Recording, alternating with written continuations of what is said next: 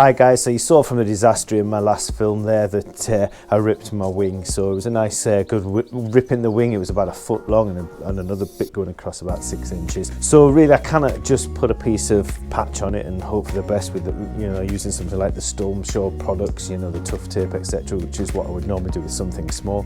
So I need to do something a little bit bigger. So what I'm going to first start with, because it's ripped along the seam, it's left a bit of material with the stitching in, so I'm going to unpick all of that, take all of that out, so that then I've got 2 flat pieces of cloth that I can have side by side, just like that really.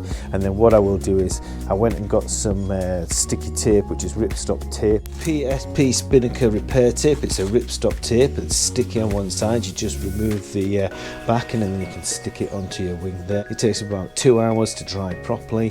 I like to leave it overnight myself to dry properly.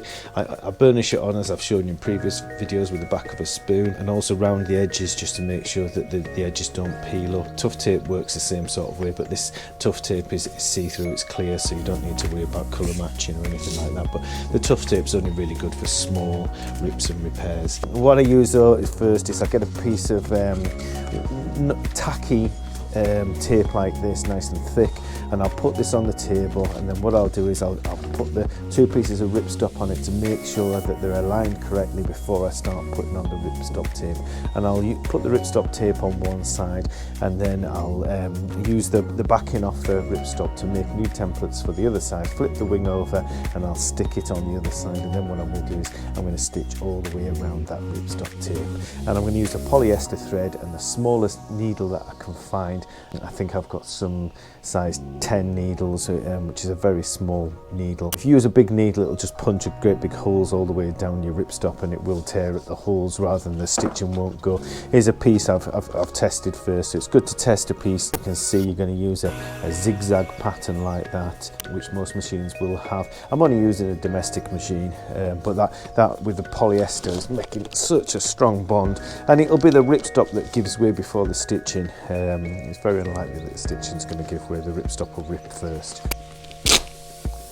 You can see that the ripstop has ripped before the stitching is ripped. So of course I stuck it down really well and burnished it on with the back of a spoon and used a hairdryer to seal it in there, stitched all the way around it. As you can see, there's a T for Tomo, and it's took quite well, so I'm happy with that.